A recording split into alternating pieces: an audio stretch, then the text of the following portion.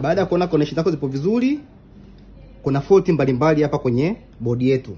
Kama ukiangalia hapa kuna general fault, manual point, kwa mfano ikiwa iko placed, kama kuna labda changamoto ya battery, utaona taa imewaka. Ili kuweza kukagua zaidi unabonyeza reset.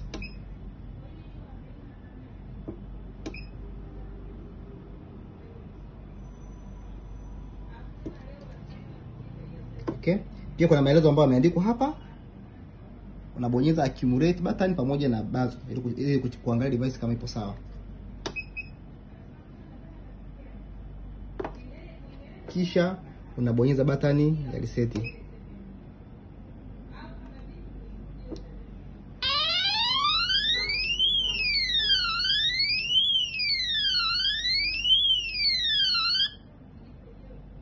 Hapo ipo sawa.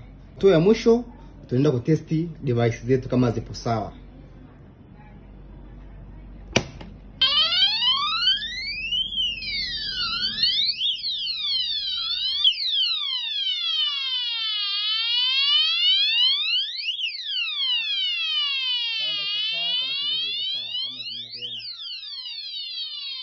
Ili uweze kuunlock, unachukua key yako na unlock, kisha unabonyeza reset.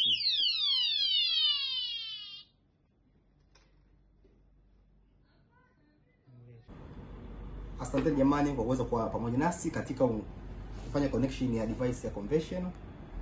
Kama utakuwa na changamoto yote, wasiliana nasi.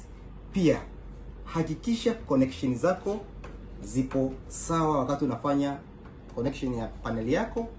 Pia hakikisha kutumia cable husika ya fire.